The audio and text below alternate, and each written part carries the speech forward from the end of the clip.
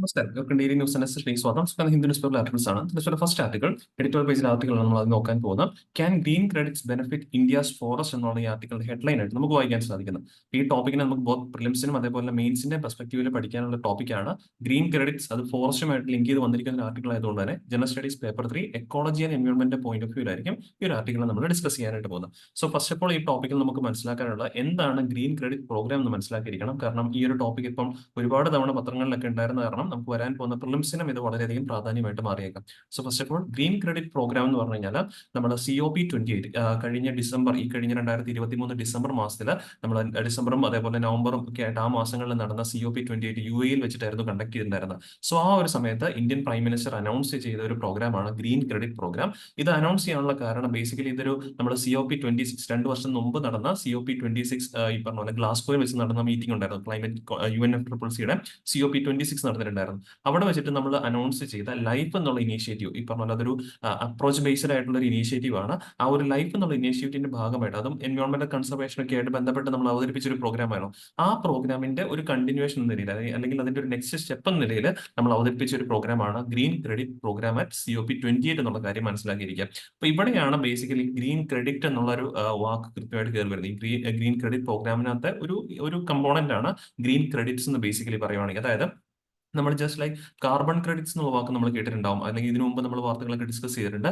നമ്മൾ കാർബൺ സീക്വസ്ട്രേഷനും ഒക്കെ ആയിട്ട് ബന്ധപ്പെട്ട് കമ്പനികളൊക്കെ ചെയ്യുന്ന ഓരോരോ കാര്യങ്ങൾക്ക് അല്ലെങ്കിൽ ഓരോരോ നല്ല നല്ല പ്രവൃത്തികൾക്ക് അവർക്ക് കാർബൺ ക്രെഡിറ്റ് കൊടുക്കും. സോ ആ ക്രെഡിറ്റുകൾ പിന്നീട് എന്ത് ചെയ്യാം, വേണമെങ്കിൽ പലവിധ കാര്യങ്ങൾക്ക് ഉപയോഗിക്കും, അല്ലെങ്കിൽ അത് ട്രേഡബിൾ ആണ്. Even they are tradable. ഇപ്പം കാർബൺ ക്രെഡിറ്റ്സ് കുറവുള്ള ഒരു കമ്പനിക്ക് വേണമെങ്കിൽ ഈ കാർബൺ ക്രെഡിറ്റ്സ് കൂടുതലുള്ള കമ്പനികൾക്ക് എന്ത് ചെയ്യാം, അത് വിൽക്കാനായിട്ടൊക്കെ സാധിക്കും. അത്തരത്തിൽ ട്രേഡബിൾ ആയിട്ടുള്ള എക്യുപ്മെന്റ് ആണ് കാർബൺ ക്രെഡിറ്റ്. അതേപോലത്തെ ഒരു ലൈൻ ഉള്ളതാണ് ഈ ഗ്രീൻ ക്രെഡിറ്റ്സും. ഗ്രീൻ ക്രെഡിറ്റ്സ് എന്ന് പറയുമ്പോഴേക്കും ഇവിടെ നമ്മൾ ഗ്രീൻ എന്ന് പറയുമ്പോൾ എൻവയോൺമെന്റൽ കൺസർവേഷൻ ആണ് കൂടുതൽ പ്രാധാന്യം കൊടുക്കുന്നത്. ഈവൻ ദോ ഈ പറഞ്ഞ പോലെ തുടക്ക കാലഘട്ടത്തിൽ ഈ ഗ്രീൻ ക്രെഡിറ്റ് പ്രോഗ്രാമിന് ഏറ്റവും കൂടുതൽ പ്രാധാന്യം കൊടുത്തിരുന്ന ട്രീ പ്ലാന്റേഷൻ അല്ലെങ്കിൽ അഫോറസ്റ്റേഷൻ ആക്ടിവിറ്റീസിനായിരുന്നു കൂടുതൽ പ്രാധാന്യം കൊടുത്തിരുന്നത്. എസ്പെഷ്യലി ഡീഗ്രേഡഡ് ലാൻഡിലുള്ള അഫോറസ്റ്റേഷൻ ആക്ടിവിറ്റീസ്. ഇത്തരത്തിൽ ഈ പറഞ്ഞ പോലെ കൂടുതൽ മരങ്ങൾ നട്ടുപിടിപ്പിക്കുന്ന അത് കമ്പനികളാകാം, അല്ലെങ്കിൽ കോർപ്പറേഷൻസ് ആകാം, അല്ലെങ്കിൽ ഇൻഡിവിജ്വൽസ് ആകാം, ഇവർക്കൊക്കെ തന്നെ ഗ്രീൻ ക്രെഡിറ്റ്സ് കിട്ടും. ഏകദേശം പറയുവാണെങ്കിൽ ഓരോ മരങ്ങൾക്ക് ഈ പറഞ്ഞ പോലെ ഇത്തരത്തിൽ ആ ഒരു രീതിയിൽ ഈ പറഞ്ഞ പോലെ ഗ്രീൻ ക്രെഡിറ്റുകൾ കിട്ടും. അത്തരത്തിൽ ഗ്രീൻ ക്രെഡിറ്റുകൾ ഉപയോഗിച്ചിട്ട് നമുക്ക് ഓരോരോ ഇൻസെന്റീവ്സ് കിട്ടും. എസ്പെഷ്യലി പറയുവാണെങ്കിൽ കമ്പനികളുടെ രജിസ്ട്രേഷന്റെ സമയങ്ങളിൽ അല്ലെങ്കിൽ മറ്റോരോ കാര്യങ്ങൾ ഇപ്പൊ നമ്മൾ എന്താ പറയുക ഫ്ലിപ്കാർട്ടിലും അല്ലെങ്കിൽ ആമസോൺസിലൊക്കെ ആണെങ്കിൽ നമ്മൾ ഓരോ സാധനങ്ങളൊക്കെ വാങ്ങുമ്പോഴേക്കും ഓരോ തരത്തിലുള്ള ക്രെഡിറ്റുകൾ നമുക്ക് കിട്ടുമല്ലോ. അതേപോലത്തെ ഒരു രീതിയിലുള്ള ഒരു ക്രെഡിറ്റ് സമ്പ്രദായമാണ് ഇവിടെ വരുന്നത്. അങ്ങനെ ക്രെഡിറ്റുകൾ കിട്ടുമ്പോഴേക്കും കമ്പനികൾക്ക് കൂടുതലും അതൊരു എന്താ പറയുക എൻകറേജ്മെന്റ് ആയിട്ട് മാറും. എൻവയോൺമെന്റിനെ പ്രൊട്ടക്ട് ചെയ്യുന്നതിന് വേണ്ടിയിട്ട് അവർ ചെയ്യുന്ന ഓരോ കാര്യങ്ങൾക്കുള്ള ഒരു എൻകറേജ്മെന്റ് ആയിട്ട് ഈ ഗ്രീൻ ക്രെഡിറ്റുകൾ മാറുകയും ആ ഗ്രീൻ ക്രെഡിറ്റ് ഉപയോഗിച്ച് എന്ത് ചെയ്യാം, ഇവർക്ക് പിന്നീട് വേറെ എന്തെങ്കിലും ഓരോരോ കാര്യങ്ങൾ ചെയ്യാനായിട്ടൊക്കെയാണെങ്കിലും സാധിക്കുന്നതാണ്. So anyway green credit programme COP28 ഭാഗമായിട്ട് നമ്മൾ കൊണ്ടുവന്നുള്ള ഓർത്തിരിക്കണം. ലൈഫ് ഇനീഷ്യേറ്റീവ് ആണ് ഏത് സമയത്ത് കൊണ്ടുവന്നത്, COP26 ഭാഗമായിട്ട് കൊണ്ടുവന്നുള്ളൊരു കാര്യം ഓർക്കാം. ഓക്കെ, ഇനി നമ്മൾ ഇതിന്റെ വിശദമായിട്ട് കിടക്കുകയാണ്. ഏകദേശം ഈ ഗ്രീൻ ക്രെഡിറ്റ് പ്രോഗ്രാമിനകത്ത് 8 കീ ടൈപ്സ് ആണ് ബേസിക്കലി ഉള്ളത്. ആ 8 കീ ടൈപ്സ് എന്ന് പറയുമ്പോഴേക്കും ട്രീ പ്ലാന്റേഷൻ അതിനകത്ത് വരും, വാട്ടർ മാനേജ്മെന്റ് വരും, അതേപോലെ സസ്റ്റൈനബിൾ അഗ്രികൾച്ചർ ഉണ്ട്, waste management, air pollution reduction, mangrove conservation and restoration, പിന്നെ ഈ പറഞ്ഞ പോലെ എക്കോ മാർക്ക് ലേബലിംഗ് ഉണ്ട്, അതേപോലെ സസ്റ്റൈനബിൾ ആയിട്ടുള്ള ഇൻഫ്രാസ്ട്രക്ചർ കൺസ്ട്രക്ഷൻ ആക്ടിവിറ്റീസും ഇതിന്റെ ഭാഗമായിട്ട് ചേർന്ന് വരുന്നതാണ്. ഇത്രയാണ് 8 കീ ടൈപ്പ് ഓഫ് പാരാമീറ്റേഴ്സ് എന്ന് പറയുന്നത്. ഒറ്റ വാക്കിൽ ഇതെല്ലാം കാണാതെ പഠിക്കുന്നവരെ ഓർത്തിരുന്നാൽ മതി. എൻവയോൺമെന്റൽ കൺസർവേഷനുമായിട്ട് ബന്ധപ്പെട്ട് നിൽക്കുന്ന കാര്യങ്ങൾ. ഇതിന്റെ തുടക്ക സമയത്ത് നമ്മൾ ട്രീ പ്ലാന്റേഷൻ ആയിരുന്നു ഏറ്റവും കൂടുതൽ പ്രാധാന്യം കൊടുത്തത്, അല്ലെങ്കിൽ അഫോറസ്റ്റേഷൻ ആക്ടിവിറ്റീസ്, എസ്പെഷ്യലി ഡീഗ്രേഡഡ് ആയിട്ടുള്ള ലാൻഡുകളിലെ അഫോറസ്റ്റേഷൻ ആക്ടിവിറ്റീസിനായിരുന്നു ഏറ്റവും കൂടുതൽ പ്രാധാന്യം കൊടുത്തത്. പക്ഷേ റീസെന്റ് എൻവയോൺമെന്റ് മിനിസ്ട്രി, ശരിക്കും പറഞ്ഞാൽ ഈ പ്രോഗ്രാം എൻവയോൺമെന്റ് മിനിസ്ട്രിയുടെ അണ്ടറിലായിട്ട് വരുന്നത്, അതും കൂടെ ഓർത്തിരിക്കണേ. പരീക്ഷയ്ക്ക് പ്രിലിംസിന് ആവശ്യമായിട്ട് വരും. ഈ green credit programme ministry of environment കീഴിലാണ് കൃത്യമായിട്ട് കയറി വരുന്നത്. അപ്പം എൻവയോൺമെന്റ് മിനിസ്ട്രിയുടെ ഭാഗത്ത് നിന്ന് ഈ പറഞ്ഞ ക്ലിയർ ക്ലാസ് ഡയറക്ഷൻ ഉണ്ടായിരുന്നു. ഈ ഗ്രീൻ ക്രെഡിറ്റ് പ്രോഗ്രാം കൊണ്ട് ട്രീ പ്ലാന്റേഷൻ മാത്രമല്ല നമ്മൾ ഉദ്ദേശിക്കുന്നത്, ഓൾ ഓവർ എൻവയോൺമെന്റൽ കൺസർവേഷൻ ഇതിന്റെ ഭാഗമാണ് എന്നുള്ള കാര്യം പറഞ്ഞിട്ടുണ്ട്. അപ്പോൾ ഓൾ ഓവർ എൻവയോൺമെന്റൽ കൺസർവേഷന്റെ ഭാഗമായിട്ടുള്ള ഏതൊക്കെ പോയിന്റുകളാണെന്ന് വിചാരിച്ചാൽ നമുക്ക് പ്രിലിംസിന് വരുമ്പോഴേക്കും ഓപ്ഷൻസ് എന്തായാലും നമ്മുടെ മുന്നിലുണ്ടാവും. അപ്പൊ ആ ഓപ്ഷൻസിനകത്ത് ഓവറോൾ എൻവയോൺമെന്റൽ കൺസർവേഷന്റെ ഭാഗമായിട്ട് നിൽക്കുന്ന പോയിന്റുകൾ എന്തൊക്കെയാണെന്ന് നോക്കിക്കഴിഞ്ഞാൽ കൃത്യമായിട്ടും അതിന്റെ കവേർഡ് ആക്ടിവിറ്റീസ് കിട്ടും. ഇപ്പൊ ട്രീ പ്ലാന്റേഷൻ എൻവയോൺമെന്റ് കൺസർവേഷനുമായിട്ട് ബന്ധപ്പെട്ടാണ്, വാട്ടർ മാനേജ്മെന്റ് അത് സംശയമില്ല, സസ്റ്റൈനബിൾ ആയിട്ടുള്ള agriculture activity, waste management, air pollution reduction, mangrove conservation, ഇതെല്ലാം ബേസിക്കലി എന്തിലേക്കാണ് എത്തി നിൽക്കുന്നത്, ആ ഒരു എൻവയോൺമെന്റൽ പ്രൊട്ടക്ഷനിലേക്കാണ് നമ്മളെ നയിക്കുന്നത്. അതുകൊണ്ട് തന്നെ ഇതെല്ലാം ഇതിന്റെ കവേർഡ് ആക്ടിവിറ്റീസ് ആയിട്ട് നമുക്ക് പറയാനായിട്ട് സാധിക്കും. ഓക്കെ, ഇനി ഇതിന്റെ അഡ്മിനിസ്ട്രേഷൻ കാര്യങ്ങൾ അറിഞ്ഞിരിക്കണം. കാരണം ഇതിന്റെ ഈ ഒരു ഗ്രീൻ ക്രെഡിറ്റ് പ്രോഗ്രാമിന്റെ ഭാഗമായിട്ട് കമ്പനികൾക്കൊക്കെ ഈ പറഞ്ഞ പോലെ അതിന്റെ ഗ്രീൻ ക്രെഡിറ്റുകൾ കൊടുക്കുക, അവാർഡ് ചെയ്ത് കൊടുക്കുക, അത് ചെക്ക് ചെയ്യുക തുടങ്ങിയ കാര്യങ്ങളൊക്കെ തന്നെ നടത്താനായിട്ട് എൻവയോൺമെന്റ് മിനിസ്ട്രിയുടെ തന്നെ കീഴിലുള്ള ഇൻഡിപെൻഡന്റ് എന്റിറ്റി ആയ Indian council of forestry research and എഡ്യൂക്കേഷനെയാണ് ചുമതലപ്പെടുത്തിയിരിക്കുന്ന കാര്യം ഓർത്തിരിക്കണം. ഇവരാണ് ICFR എന്നുള്ള ഷോർട്ടിൽ അറിയപ്പെടുന്നതാണ് Indian council of forestry research and education. They are responsible for overseeing the financial contribution. ഇതിലേക്കുള്ള ഫിനാൻഷ്യൽ കോൺട്രിബ്യൂഷൻസ് ഒക്കെ തന്നെയാണെങ്കിലും ഓവർസീ ചെയ്യുക, മേൽനോട്ടം വഹിക്കുക തുടങ്ങിയ കാര്യങ്ങൾ ആരുടെ റെസ്പോൺസിബിലിറ്റിയാണ്? ICFRയുടെ റെസ്പോൺസിബിലിറ്റിയാണ്. And are directed towards forest restoration. And ഈ പറഞ്ഞ പോലെ ഇപ്പം ഓരോരോ കമ്പനികളൊക്കെ ആണെങ്കിലും ഞങ്ങൾ മരം നട്ടു എന്നൊക്കെ പറഞ്ഞുകൊണ്ട് റിപ്പോർട്ടുകൾ സമർപ്പിക്കും. ഇത് 2 വർഷം കൂടുമ്പോൾ ഇവർ ഈ പറഞ്ഞ പോലെ ചെക്ക് ചെയ്യും. ഓക്കെ, വൺസ് ആ ഒരു ആപ്ലിക്കേഷൻ കിട്ടിയതിന് ശേഷം 2 വർഷത്തെ പീരീഡിൽ ഇവർ ഒബ്സർവ് ചെയ്യും ആ മരങ്ങൾക്ക് എന്താണ് ഇപ്പോഴത്തെ അവസ്ഥ എന്താണെന്നുള്ള കാര്യം ഒബ്സർവ് ചെയ്യും. എന്നിട്ടും ഒരു കുഴപ്പമില്ലെങ്കിൽ 2 വർഷം കഴിഞ്ഞിട്ടും അത് സക്സസ്ഫുൾ ആയിട്ട് ഇവാലുവേറ്റ് ചെയ്ത് കഴിഞ്ഞ് കഴിയുമ്പോഴാണ് ഇവർക്ക് എന്ത് കിട്ടുന്നത്? ഗ്രീൻ ക്രെഡിറ്റ് അവാർഡ് ചെയ്ത് കിട്ടുന്നുള്ള കാര്യം. ഈച്ച് ട്രീ, ഓരോ മരത്തിനും നമ്മൾ നടുന്ന ഓരോ മരത്തിനും ഓരോ ഗ്രീൻ ക്രെഡിറ്റ് എന്നുള്ള രീതിയിലായിരിക്കും നമുക്ക് ക്രെഡിറ്റ്സ് അവൈലബിൾ ആകുന്നുള്ള കാര്യം കൃത്യമായിട്ടൊന്ന് മനസ്സിലാക്കി വെച്ചേക്കാം. ഇത്രയും പോയിന്റ് ആണ് ഈ ഒരു ആർട്ടിക്കിളിൽ നമുക്ക് വ്യക്തമായിട്ടും എക്സാമിന്റെ വ്യൂ പോയിന്റിൽ പഠിക്കേണ്ടതുള്ള.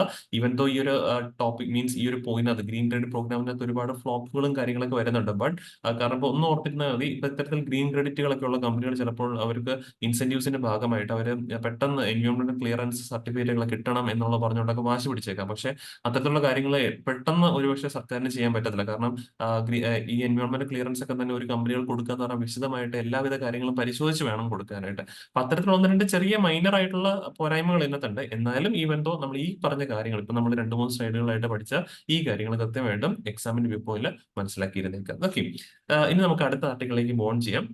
അടുത്ത എക്കണോമിക്സിന്റെ വ്യൂ പോയിന്റിൽ ഒരു ആർട്ടിക്കിളാണ് RBI's draft rules for payment aggregators എന്നുള്ളതാണ് ഈ ആർട്ടിക്കിളിന്റെ ഹെഡ്ലൈൻ ആയിട്ട് വായിക്കേണ്ടത്. അപ്പൊ ഈ ഒരു ടോപ്പിക്കിനകത്ത് നമുക്ക് ഏറ്റവും ഹൈലൈറ്റഡ് ആയിട്ട് നിൽക്കുന്ന വാക്ക് ഏതാണ്? പേയ്മെന്റ് അഗ്രിഗേറ്റേഴ്സ് എന്താണ്? അത് നമുക്ക് കൃത്യമായിട്ടും പ്രിലിംസിന്റെ വ്യൂ പോയിന്റിൽ മനസ്സിലാക്കിയിരിക്കണം. ചോദ്യങ്ങളൊക്കെ വരാൻ വളരെയധികം സാധ്യതയുള്ളതാണ്. സോ പേയ്മെന്റ് അഗ്രിഗേറ്റേഴ്സ് എന്താണെന്നുള്ളത് മനസ്സിലാക്കാനായിട്ട് ഒരു സിമ്പിൾ എക്സാമ്പിൾ പറഞ്ഞുതരാം. നമ്മൾ പലപ്പോഴും ആ പേയ്മെന്റ് അഗ്രിഗേറ്റേഴ്സ് നമ്മൾ കാണുന്നതാണ്. ഇപ്പം നമ്മളിപ്പോൾ ഏകദേശം മിക്ക ആക്ടിവിറ്റീസ്, നമ്മൾ എല്ലാത്തരം പേയ്മെന്റ് ആക്ടിവിറ്റീസും ഇപ്പോൾ ഓൺലൈനാണ് എല്ലാ ആൾക്കാരും ചെയ്യാറുള്ളത്. ഇപ്പം റീചാർജ് ആയാലും അല്ലെങ്കിൽ സ്കൂളുകളിലേക്കുള്ള ഫീസ് ആയാലും അല്ലെങ്കിൽ ഇലക്ട്രിസിറ്റി പേയ്മെന്റ് ആയാലും ഒട്ടുമിക്ക ആക്ടിവിറ്റീസ് നമ്മളിപ്പോൾ ഓൺലൈനിലാണ് റീചാർജ് എല്ലാം ചെയ്യുന്നത്.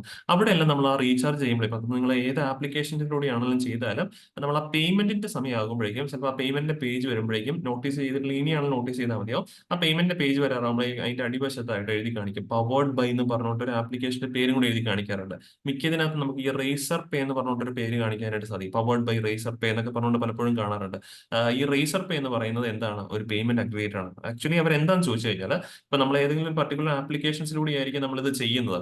അപ്പോൾ നമ്മളാണ് അവിടെ പേയ്മെന്റ് കൊടുക്കുന്നത്. നമ്മൾ അവിടുത്തെ കസ്റ്റമറും അല്ലെങ്കിൽ ഈ പറഞ്ഞ പോലെ നമുക്ക് ആ പേയ്മെന്റ് കൊടുക്കേണ്ടത് അവിടെ ഒരു മെർച്ചന്റ് ആണെന്ന് വിചാരിക്കുക, അല്ലെങ്കിൽ ഓൺലൈൻ ആയിട്ടുള്ള സെല്ലർ ആണെന്ന് വിചാരിക്കുക. അപ്പൊ നമ്മൾ ഈ കസ്റ്റമറിനും ആ ഓൺലൈൻ സെല്ലറിനും ഇടയിൽ ഒരു ലിങ്ക് ആയിട്ട് ആക്ട് ചെയ്യുന്ന ആൾക്കാരാണ് ഈ പേയ്മെന്റ് അഗ്രിഗേറ്റർ. അതായത് തേർഡ് പാർട്ടി ഏജന്റ് ആണെന്ന് വേണമെങ്കിൽ പറയാനായിട്ട് സാധിക്കും. ഇത്തരത്തിലുള്ള പേയ്മെന്റ് അഗ്രിഗേറ്റേഴ്സിനെ റെഗുലേറ്റ് ചെയ്യാനായിട്ട് RBI പുതിയ ഡ്രാഫ്റ്റ് റൂൾ അവതരിപ്പിക്കാൻ പോകുന്നു എന്നുള്ളതാണ് ഈ ഒരു ആർട്ടിക്കിളിലെ ഹെഡ്ലൈൻ ആയിട്ട് പറഞ്ഞിരിക്കുന്നത്. അപ്പോൾ ഇതിനകത്ത് നമുക്ക് വ്യക്തമായിട്ട് പഠിക്കാനുള്ള ആരാണ് ഈ പേയ്മെന്റ് അഗ്രിഗേറ്റർ എന്നുള്ള കാര്യം മനസ്സിലാക്കിയിരിക്കുക. ഇനി നിങ്ങൾക്ക് ഇത് വായിക്കുമ്പോൾ കൃത്യമായിട്ട് മനസ്സിലാക്കാൻ പറ്റും. ഞാൻ ആ ഒരു പറഞ്ഞ എക്സാമ്പിൾ വെച്ചിട്ടൊന്ന് മനസ്സിലാക്കി വെച്ചേക്കാം. സോ അഥവാ പേയ്മെന്റ് അഗ്രിഗേറ്റർ അഥവാ മെർച്ചന്റ് അഗ്രിഗേറ്റർ എന്ന് പറയുന്ന ഇവരെ തന്നെയാണ്. Is a third-party service provider that allows merchants to accept payment from customers by integrating it into the websites or apps. അപ്പൊ നമ്മുടെ മനസ്സിലൊരു സംശയം വന്നേക്കാം, എന്തിനാണ് ഇങ്ങനെ ആ ഒരു സെല്ലറിന് ഡയറക്ട്ലി നമ്മുടെ കയ്യിൽ നിന്ന് പൈസ മേടിച്ചാൽ പോലെ എന്തിനാ വെറുതെ ഒരു തേർഡ് പാർട്ടി ഏജന്റിനെ വെച്ചുകൊണ്ടിട്ട് പൈസ കളക്ട് ചെയ്യാൻ ചോദിച്ചു കഴിഞ്ഞാൽ ഇങ്ങനെ ചെയ്യുമ്പോഴത്തെ ഒരു ഗുണം എവിടെയാന്ന് ചോദിച്ചു കഴിഞ്ഞാൽ ആ മെർച്ചന്റ് അല്ലെങ്കിൽ ആ സെല്ലറിന് കറസ്പോണ്ടിങ് ബാങ്കുമായിട്ട് അക്കൗണ്ട് ക്രിയേറ്റ് ചെയ്യേണ്ട ആവശ്യം വരുന്നില്ല. അക്കൗണ്ട് ആരുടെ മുഖാന്തരമാണ് ഈ പൈസ മേടിക്കുന്നത്? ഈ തേർഡ് പാർട്ടി ഏജന്റിന്റെ മുഖാന്തരമാണ് പൈസ മേടിക്കുന്നത്. എന്നിട്ട് അത് അവർക്ക് ട്രാൻസ്ഫർ ചെയ്ത് കൊടുക്കുന്നത് മാത്രമേ ഉള്ളൂ. So that facilitates different type of payment transactions കൊടുക്കും. അത് ഓൺലൈൻ ആയിട്ട് ഈ പറഞ്ഞ പോലെ അല്ലെങ്കിൽ ആപ്ലിക്കേഷൻസിലൂടെ ക്രെഡിറ്റ് കാർഡ്, ഡെബിറ്റ് കാർഡ് ഒക്കെ ഉപയോഗിച്ച് അല്ലെങ്കിൽ ഓൺലൈൻ പേയ്മെന്റ് വാലറ്റുകൾ ഉപയോഗിച്ചൊക്കെ തന്നെ ഇതിനകത്തുള്ള പേയ്മെന്റ് നമുക്ക് ചെയ്യാനായിട്ട് സാധിക്കും. And then it allows merchants to accept bank transfers without setting up a bank based merchant account. Bank based ആയിട്ടുള്ള മെർച്ചന്റ് അക്കൗണ്ട് ക്രിയേറ്റ് ചെയ്യാണ്ട് ഈ പറഞ്ഞ പോലെ പേയ്മെന്റ് സ്വീകരിക്കാനുള്ള സൗകര്യമാണ് ആർക്ക് കിട്ടുന്നത്? ആ സെല്ലറിന് കിട്ടുന്നത് എന്നുള്ളൊരു കാര്യം ഇതിലൂടെ ഓർത്തിരിക്കുക. And payment aggregator India is incorporated in the companies act 2013. ആ പോയിന്റ് പ്രിലിംസിന് ഓർത്തിരിക്കണം. പേയ്മെന്റ് അഗ്രിഗേറ്റർ കമ്പനീസ് ആക്ട് 2013 പ്രകാരം രജിസ്റ്റർ ഇൻകോർപ്പറേറ്റ് ചെയ്തിരിക്കുന്നതാണ്. ആൻഡ് എ പേയ്മെന്റ് അഗ്രിഗേറ്റർ എന്ന് പറഞ്ഞാൽ it can be a bank or a non bank entity ആകാം. ഒരു bank entity ആകാം, അല്ലെങ്കിൽ ഒരു നോൺ ബാങ്ക് എന്റിറ്റി കൂടി ആകാം എന്നുള്ള ഒരു കാര്യം ഓർത്തിരിക്കുക. ഇതിനകത്ത് ഓർത്തിരിക്കേണ്ട ഒരു കാര്യം, നോൺ ബാങ്ക് എന്റിറ്റി ആണെങ്കിൽ കൃത്യമായിട്ടും ഈ പറഞ്ഞ പോലെ RBIയുടെ ഓതറൈസേഷൻ കൃത്യമായിട്ട് ഒരു മേടിച്ചിരിക്കണം.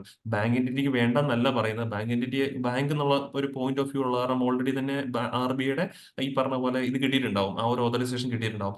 നോൺ ബാങ്ക് എന്റിറ്റി ആണെങ്കിൽ കൃത്യമായിട്ടും ആ ഒരു RBIയുടെ ഓതറൈസേഷൻ കിട്ടിയെങ്കിൽ മാത്രമേ അവർക്ക് എന്ത് ചെയ്യാൻ പറ്റുള്ളൂ, ഈ കാര്യങ്ങൾ ചെയ്യാനായിട്ട് സാധിക്കും. Only non bank payment aggregators require unique authorisation from RBI. ബാങ്കുകൾക്ക് ഓൾറെഡി ഉണ്ട് ഓതറൈസേഷൻ, വേണ്ടെന്നല്ല കേട്ടോ പറയുന്നത്, ബാങ്കുകൾക്ക് ഓൾറെഡി ഉണ്ട്. നോൺ ബാങ്കിന് എന്ത് ചെയ്തിരിക്കണം, ആ ഓതറൈസേഷൻ, യൂണീക് ഓതറൈസേഷൻ മസ്റ്റ് ആയിട്ട് കിട്ടിയിരിക്കണം. ആ handling funds is considered part of normal banking activities ആണ്. ഇതിന്റെ എക്സാമ്പിൾസ് എന്ന് പറയുകയാണെങ്കിൽ ആമസോൺ പേ, ഗൂഗിൾ ഇന്ത്യ, റൈസർ പേ, നമ്മൾ റൈസർ പേയുടെ എക്സാമ്പിൾ പറഞ്ഞു, പൈൻ ലാബ്സ് തുടങ്ങിയ ഒക്കെ തന്നെ ഈ പറഞ്ഞ പോലെ പേയ്മെന്റ് അഗ്രിഗേറ്റേഴ്സിന്റെ എക്സാമ്പിൾസ് ആയിട്ട് പറയുന്നതാണ്. സോ എന്തായാലും ഇത്രയും കാര്യങ്ങളാണ് ആ പേയ്മെന്റ് അഗ്രിഗേറ്റർ നമുക്ക് എക്സാമിന് പോയിന്റ് മനസ്സിലാക്കാനുള്ളത്. ഇനി ഞാൻ ഇവിടെ ഒരു ക്വസ്റ്റ്യൻ ആഡ് ചെയ്തിട്ടുണ്ട്. ഈ ക്വസ്റ്റ്യൻ നിങ്ങളൊന്ന് ജസ്റ്റ് വർക്ക്ഔട്ട് ചെയ്ത് നോക്കണം. ആ ഒരു ക്വസ്റ്റ്യൻ ഇവിടെ നിങ്ങൾക്ക് കാണാൻ സാധിക്കും. പേയ്മെന്റ് അഗ്രിഗേറ്റേഴ്സിനെ കുറിച്ചിട്ടുള്ള 2 സ്റ്റേറ്റ്മെന്റ് ക്വസ്റ്റ്യൻ ആണ്. അതിനകത്ത് which of the above statements are incorrect എന്നാണ് ചോദിച്ചിരിക്കുന്നത്. അപ്പൊ ഈ ക്വസ്റ്റ്യൻ ബേസിക്കലി പറഞ്ഞ പോലെ ഓക്കെ, ആ സ്ലൈഡ് ഒരുപക്ഷെ നിങ്ങൾ കണ്ട, ഇപ്പം ഒരുപക്ഷെ നിങ്ങൾക്ക് ആ സ്ലൈഡ് കാണാനായിട്ട് സാധിച്ചേക്കും. ഇപ്പം ഇതാണ് ക്വസ്റ്റ്യൻ ആയിട്ട് ബേസിക്കലി വന്നിരിക്കുന്നത്. നമ്മൾ പേയ്മെന്റ് അഗ്രിഗേറ്റേഴ്സിനെ കുറിച്ചിട്ട് ഇപ്പോൾ ഇവിടെ പറഞ്ഞിട്ടുണ്ടായിരുന്നു. ഈ ഒരു കാര്യം കൊണ്ട് ജസ്റ്റ് ഒന്ന് മനസ്സിലാക്കി വെച്ചേക്കുക. ഇത് വെച്ചിട്ട് ഇപ്പം നമ്മൾ ആ പറഞ്ഞ കാര്യങ്ങൾ വെച്ചിട്ട് നിങ്ങൾക്ക് എഴുതാൻ പറ്റുന്നേ ഉള്ളൂ. ഈ ഒരു ചോദ്യം ബേസിക്കലി 2 സ്റ്റേറ്റ്മെന്റ് ക്വസ്റ്റ്യൻ ആണ്. ഫസ്റ്റ് സ്റ്റേറ്റ്മെന്റും സെക്കൻഡ് സ്റ്റേറ്റ്മെന്റും കാണാൻ സാധിക്കും. ശ്രദ്ധിക്കേണ്ടത് ഇൻകറക്റ്റ് ആണ് ചോദിച്ചിരിക്കുന്നത്. എബോവ് സ്റ്റേറ്റ്മെന്റ്സ് ആണ് ഇൻകറക്റ്റ് ആണ്.